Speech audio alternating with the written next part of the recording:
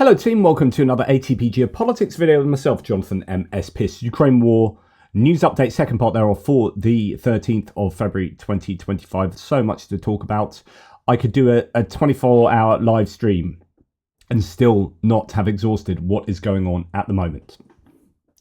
Just before I start on the military aid video, just to remind people that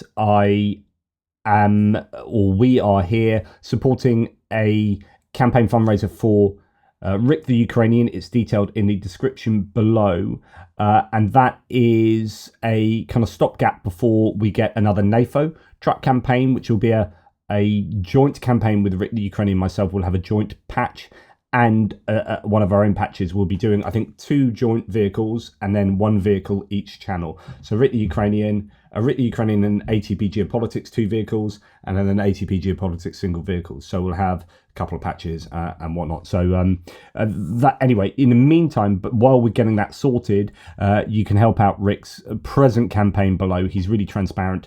Check out everything he does. Check out his live streams, and he explains everything. Right, we're going to obviously start with the Ramstein, the Ukraine Defence Contact Group, whereby all the allies of Ukraine met, including the US. They sent over Pete Hegseth, who made those big speeches on Ukraine having to give up its territory to its, the 2014 territory to Russia. That's completely unrealistic that they would want that back. And we've gone through all this idea that they have given away, the US has given away all of Ukraine's leverage. They've gone from maximal and just said no, negotiations are going to start here, right down here, whereby you're not going to get any of that. So we're going to start negotiations on your behalf with Russia, whereby we're already going to assume you're not going to get all that territory back. And so it's starting down here, which means that the compromise would be even further below that. And lots of people going mental about that. So it was a pretty controversial Ramstein meeting. The UK was at the forefront, though. They just kind of chaired it. Hegseth did say our commitment is clear. NATO must be stronger, a more lethal force, not a diplomatic club, which is fair enough. Time for allies to meet the moment. Of course, yes, that's right. But his idea of meeting the moment is to throw Ukraine under the bus. Chairman of the NATO Military Committee, Giuseppe Dragoni, commented on strengthening Ukraine's air defence within the framework of Ramstein. And there are some indications that we don't really have clarity yet, but Rustem Umerov, the defence minister, said Ukraine secured aid from Ramstein and assurances of support in 2025 and then beyond. Air defence interceptors, artillery, ammo, armoured vehicles. Ukraine received powerful military aid. He emphasised that partner support would extend beyond 2025. Very powerful aid packages supposedly, but we haven't really seen that. There's a few things to take note of. Now, the US will apparently continue providing aid to Ukraine. This is what Trump had to say. So we're getting security on our money. We're going to have it secured by, they have rare earth, and they have oil and gas, and they have a lot of other things. And so it's still talking about, needing payment, direct payment from Ukraine's natural resources for any assistance that they have already given, and no doubt will, if they do give them, it will come secured by those payments. We're asking for security in our money. So does it mean you are not sending They've agreed to it. Ukraine has agreed to it. Does it mean you are not sending any more aid to Ukraine? No, we are, but we want it secured, and the money is going to be secured. And so it's not so much they're sending aid, it's that they're sending products that have been bought and paid for. So I'm not sure you can call that aid, military aid. It is military. They're selling. They'll be selling stuff to Ukraine. The US stopped sending funding. When would the US stop sending? Because if we didn't do that, then Putin would say he won. Which is really interesting.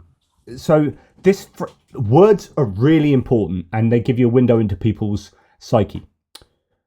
So what's important here is not who actually wins and the outcome for Ukraine. What's important to Trump? This is a real moment. I'm spitballing. I'm just first time I've heard that part. This is his perception of, or this is his idea of Putin's perceptions. So if Putin says, I've won, then that is bad for Trump. Nothing to do with the actual tangible outcome for Ukraine. He doesn't give one rat's arse about Ukraine. What he cares about is if Putin says that he wins. This is a game. This is a zero-sum game of Trump against Putin, which is why he didn't phone Zelensky. He doesn't care about Zelensky. He doesn't care about, he phoned Zelensky as an afterthought. He doesn't really want Ukraine involved in the peace talks. This is between Trump and Putin. And somebody was saying yesterday, when you understand that all Trump wants is the Nobel Peace Prize, then you understand what's going on in these negotiations, and when you understand what's going on with Trump. Let's just listen to that again. It's fascinating. US stop sending money. When would the US stop sending money? Because if we didn't do that, then Putin would say he won. So if we didn't provide further aid, then Putin would say he won. Rather than if we don't provide aid to Ukraine, then Ukraine will capitulate to Russia, and that's not in our strategic interest. It's not morally right. It's not politically right, so on and so forth. No, it's like Putin will say he will win. That there is almost everything you need to know about Donald J. Trump. That one sentence, concentrate on the little things, and you understand some of the bigger things. We're the thing that's holding it back. And frankly, we'll go as long as we have to go, because we're not going to let the other happen. So we'll go as long as we have to go, because we're not going to let the other happen. The other happening is Putin saying he's won. Honestly, that's that. Zelensky did not sign a financial deal on rare earth minerals proposed by the US Treasury Secretary Bessent. So we heard that they were going to go away and look at it, but the CNN are reporting in their piece, Putin has waited for this moment for 3 years as Zelensky is left out in the cold. So the idea here is that what with the Trump and Hegseth and others have said over the last 24 hours, Zelensky's left out in the cold and Putin has had all his Christmases come at once. But the key points in this with regard to the rare earth metal agreement, the scare quotes agreement, it's not been agreed and it's kind of like a demand. Zelensky cut a reduced figure on stage alongside US Secretary of Treasury Scott Bessent on Wednesday in Kiev. He had hoped to meet US President Donald Trump in person to discuss a wide-ranging vision of peace. After the US President suggested Friday they might meet imminently, and his team immediately set about trying to schedule it. Instead, he was presented with what Zelensky called serious people and a largely financial deal handed over by Bessent, the US billionaire turned money man, which he didn't sign. And then later, rare earth minerals were discussed in Kiev on Wednesday too, although this is not necessarily great news based on precedent. When Trump was briefly enticed to support Afghanistan in 2017 because of its purported $1 trillion worth of minerals, he regardless signed a deal with the Taliban to let them take over just 2 years later. Let's look at the form there. So anyway, there is that. Now, leading the Ramstein meeting of Ukraine's partners, the British Defence Minister John Healey announced more military aid. Now, I want to hear more about this, but I don't have any more details. The UK is giving $180 million worth of tanks, artillery, and missiles because of the security of Ukraine is world security, which is saying exactly the right thing, by the way. Stepping up for Ukraine, we are and we will. On stepping up for European security, we are and we will. And you've just spoken about peace through strength. We are 50 nations strong here, all determined to put an end to Putin's war, to do so together. And that's right, but I'd like to see more details of tanks there. $180 million of tanks. Interesting. We are in the process of upgrading our Challenger 2 to Challenger 3s. That will be taking the existing Challenger 2s, as I understand it, and putting a new turret on them, essentially, and sort of messing around with them. But I don't know how many tanks we have to spare, to be quite frank. Now, we are hearing that a new British-built surface-to-air missile system is being supplied to Ukraine, which it's hoped could be a solution to a lack of air defence. I talked about this the other day. Greyhawk has been developed from scratch in just 18 months, and it's armed with R-73 air-to-air missiles. Of course, when you use air-to-air missiles, like I said previously, on in from the ground, you have to eat into an awful lot of the range that they would otherwise get, because normally you fire them from an airplane that's already flying at a great speed, so you don't have to get the missile up to speed. The airplane engines have done that. You fire the missile off and it's already at height, and so it just goes from speed and uses all its fuel to reach the target. So it's got a great range, whereas if you send it from the ground, it has to get up to that height, so it uses all the fuel to get up against gravity, and then it has to get to speed as well, and so it has to use a lot of that fuel. So the range for these will not be nearly as much as the R-73s used in air-to-air mode. Sorry, I always repeat myself because 50% of the people who watch this are newbies. The UK's military news network Forces News has provided a first look at this. Air-to-air missiles used from a ground-based platform that fits inside of a container. That's excellent to see the UK innovating and helping. A total of 17 of these systems have been pledged to Ukraine, of which 2 have already been delivered. Each system costs about £1 million, 1.2 million euros, which is funded 50-50 by the UK and Denmark. So that's really good news and seems fairly reasonable, I think, in terms of price. Now, a lot of people talking about this today. If you're interested in the HX2 drone, that will be delivered to Ukraine in even greater numbers than previously announced. We've got a good piece, he says, by Hartpunkt, explaining the weapon system. It's in German, but auto-translate can help. Well, actually, we'll look at a few other people. Fabian Hoffman says it's impossible to overstate. Well, okay, first of all, what are the details of the numbers? German defense technology company Helsing have announced it will manufacture 6,000 advanced HX2 kamikaze drones for Ukraine. This follows a previous order of 4,000 HF-1 strike drones, which are currently being delivered to Ukraine. Fabian Hoffman, who's a bit of an expert on these things, says it's impossible to overstate the importance of this. Europe not only requires urgent short-term capabilities, but must also drastically expand its latent industrial capacity to prepare for conflict.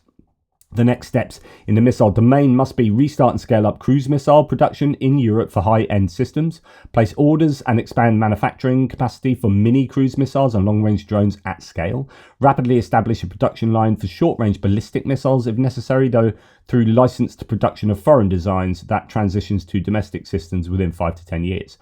Completely agree there. But in terms of these drones, we find that these apparently use AI, as far as I understand it. Let's translate what this article does actually say.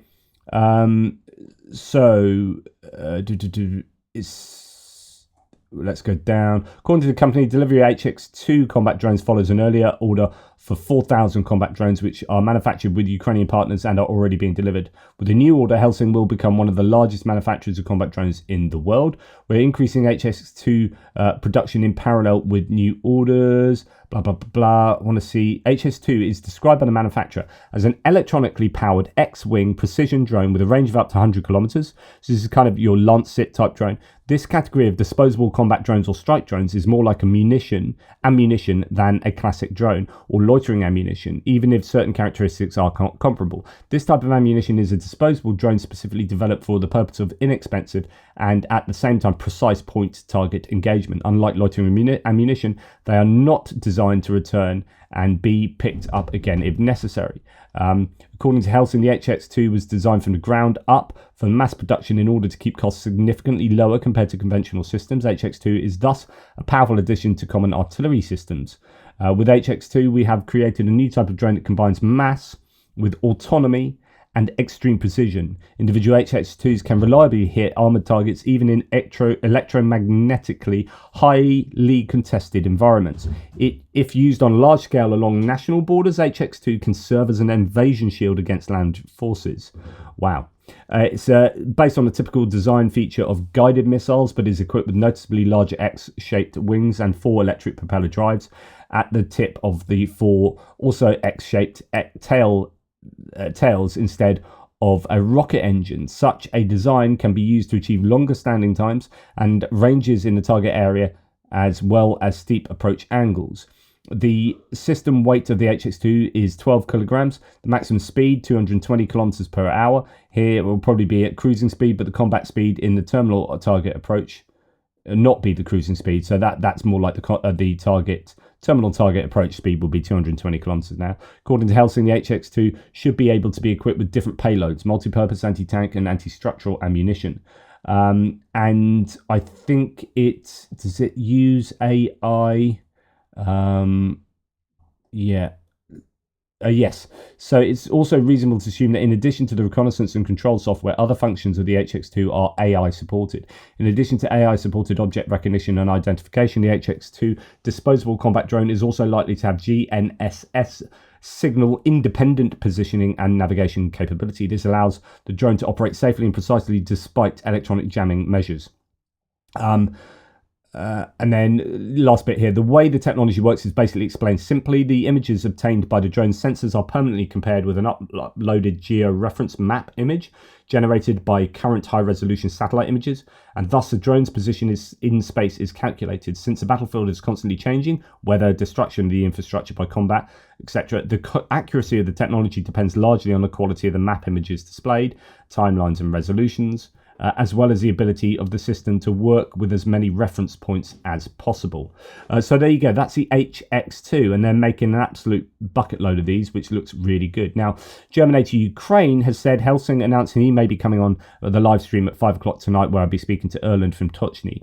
German to Ukraine says Helsing announced today that it will deliver 6,000 HX2 loitering munitions with a range of up to 100 kilometers to Ukraine. According to Bild, this contract will be financed by the German government. The twist, however, is that the procurement worth several hundred million euros is part of the €3 billion package, which has not yet been agreed on. This means that the funding has not yet been secured. I will therefore not be adding it to my website for the time being. I will, of course, keep you up to date. So, fingers crossed that will happen. Now, the Norwegian Ministry of Defence announced that it will allocate approximately $107 million to strengthen Ukraine's air defence. It is noted that the funds will go towards the purchase of air defence systems in the US through the Jump Start mechanism. So they are spending money on the US. The US is, of course, going to be happy with that.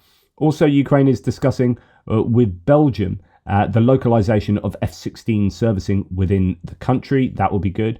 Going back to Norway, though, 70 vehicles have been delivered to Magyarsburg, and this is through Frit Ukraine, which I presume is a Norwegian, I guess something like NAFO. 70 vehicles going to Magyarsburg. Erland, who I'll be speaking to tonight, says is making a real impact for Ukraine on the battlefield with targeted aid to highly professional and effective frontline units. Good stuff there.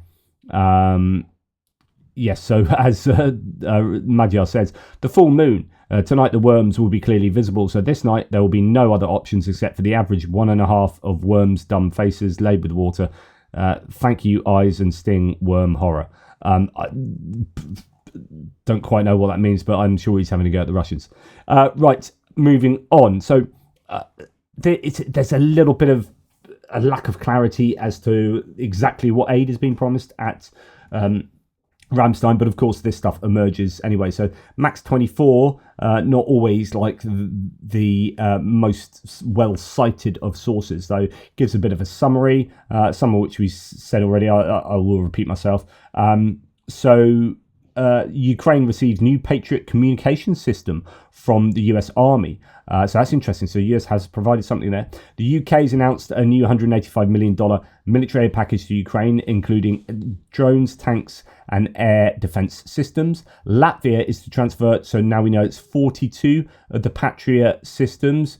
These are these ones. So the 6x6 APCs, they're going to deliver 42 of those to Ukraine this year, most of which will be completely new. The Ministry of Defence announced the armoured vehicles manufactured in Latvia will be delivered by the company SIA Defence Partnership Latvia. And then we have, what else? Switzerland has approved 1.6 billion euros in aid to Ukraine from 2025 to 2028 on reconstruction and reforms. I don't know if that's already what they had down, to be honest. That seems quite similar to what we've heard previously.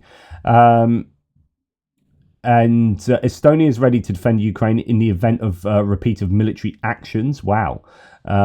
I don't quite know what that means, but Germany will transfer about 100 anti-aircraft missiles to Ukraine for the IRIS-T air defense system. And the Netherlands has announced a transfer of 25 YPR armored vehicles to Ukraine and reported that they had delivered the last promised T-72 tanks as well. So the YPR 765, these are the Dutch configured M113 APCs, pretty old school, slightly updated by the Dutch, and a lot of these have been used in Ukraine already as kind of ones, to attack as well. Some of them have armaments on the front, machine guns and whatnot.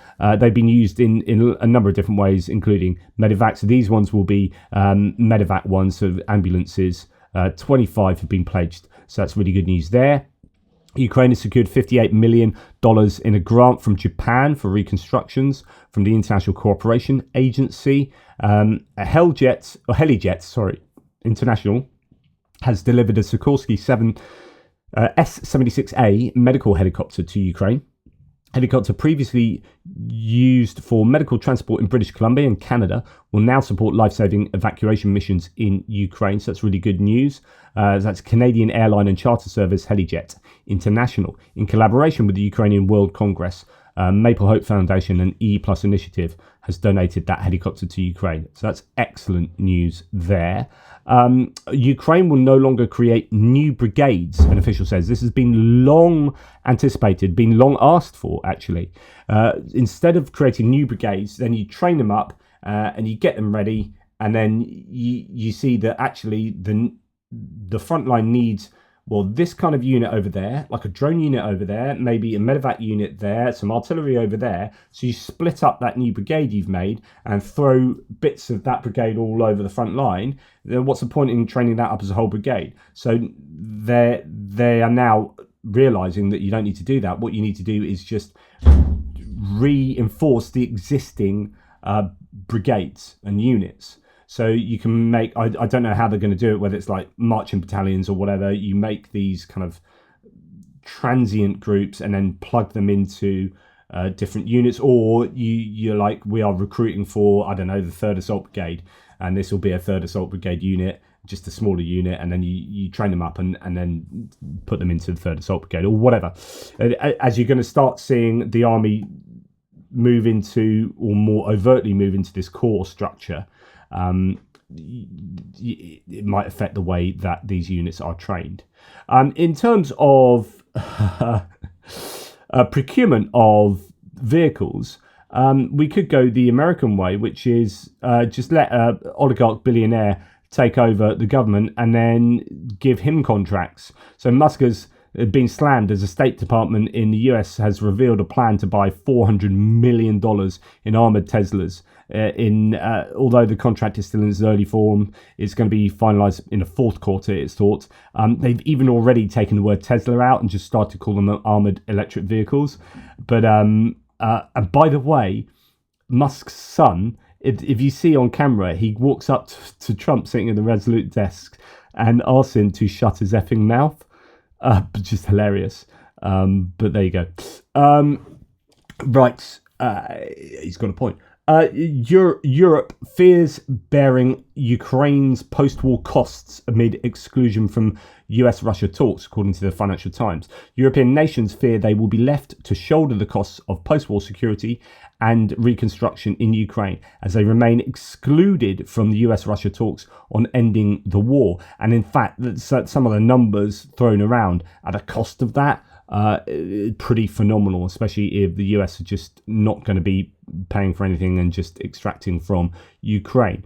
Trump appears to be, says Shashank Joshi, seeking a deal over the head of Ukraine and Europe. So this is his bilateral agreement between Putin and Trump without the input of Ukraine itself, which seems insane, and indeed Europe. This is a moment for Europeans to seize the frozen Russian assets and use them to give Ukraine leverage to shape a deal and to walk away from the rotten one if necessary. Now, this is absolutely on point. Europe does have one major piece of leverage, and that is, they do have something up their sleeve.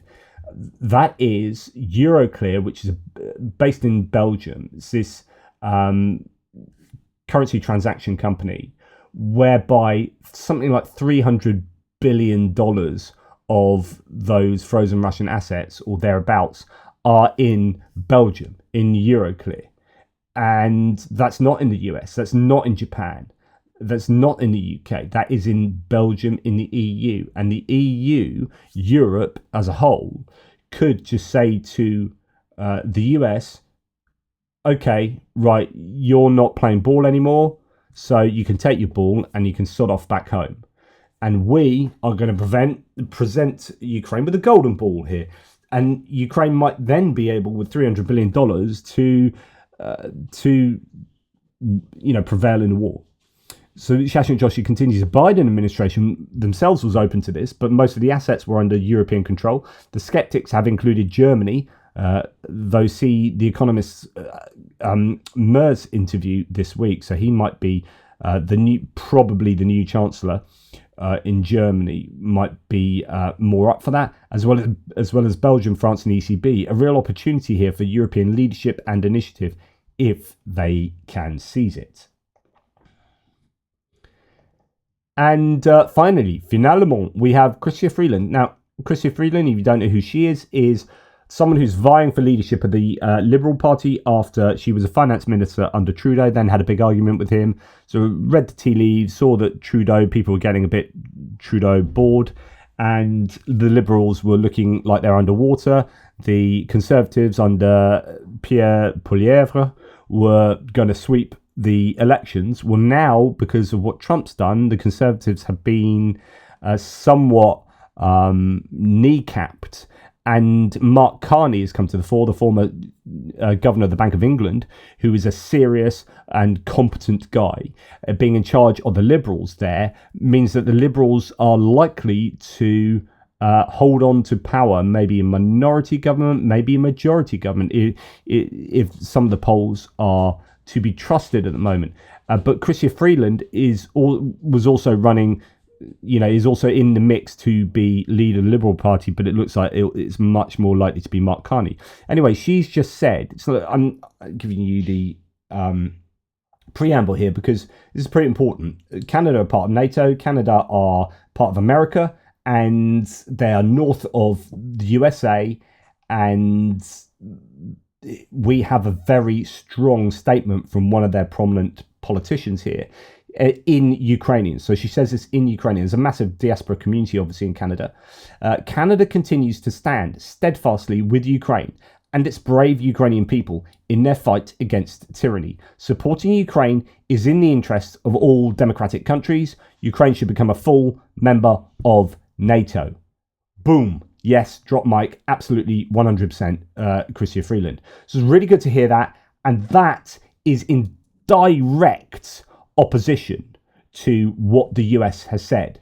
And you might get the US, if the EU can release $300 billion of aid to Ukraine, and if Canada go, well, we're siding with what the EU wants to do and Europe wants to do, and Norway and UK, and if you've got Japan and Australia, so Australia, big steel exporter, I believe, or is it aluminium? Or either way, being hurt by the tariffs that Trump has imposed. You might well get a bunch of countries, or all the allies of Ukraine, really outside of the US, just get together and say, these guys are really pissing us off. Should we just get together and help Ukraine? And we can do that largely by driving it with the frozen Russian assets, and then continued, working together just without the US. And either the US can leave NATO and we just have NATO as a non-US thing, or we make our own version of NATO with a coalition of the willing, Weimar Plus or whatever. Interesting times where Trump might end up sidelining his own nation and then probably whinging. So we've already seen that inflation is going up, and Trump yesterday blamed Biden for inflation going up. It's like, mate, you don't get to do that now, my son. This is your watch, and you are doing inflationary things. And when those figures look to be exceeding what they were predicted, that's on you, that is. And yeah, so it could be that you might start getting some economic kickback to what Trump is doing. And certainly with these other nations, support for Ukraine could be maintained at a level that allows, because the frustrating thing now is that I think Russia are on a little bit of a precipice economically and militarily, and this is the time to have kept the pressure on Russia. But it's exactly this time that the US has gone, we're going to do what Putin wants. And that's what's really added to the frustration. Had this been like, I don't know, a year and a half ago or something, I don't know, it possibly could have felt very different. I don't know. But right now you're thinking they're running into battle on crutches and in bukankers and whatever. Like now, and the coal industry is absolutely in trouble. The hydrocarbons in general, the infrastructure has been absolutely hammered in Russia. You've got a massive steel mill hit last night. Russia could be in a lot of trouble, and this is the time to put the last few nails in that coffin. And that's the frustration, is that that's the time that the US has done what Putin wants. And I think that's really fueled some of my anger. Anyway, that's my tuppence halfpenny on what is going on in Ukraine with regard to military aid and assistance from other countries. Let me know what you think. Really value your opinions. Thank you very much for your support. Thanks for Mike Winkler and many people who are supporting through PayPal. Buy me a coffee. Thanks, Stephen Bendal. We need to have a chat, Stephen. Just not enough hours in the day. And thanks to all you wonderful people. Really, really appreciate it. Take care, and I'll speak to you soon.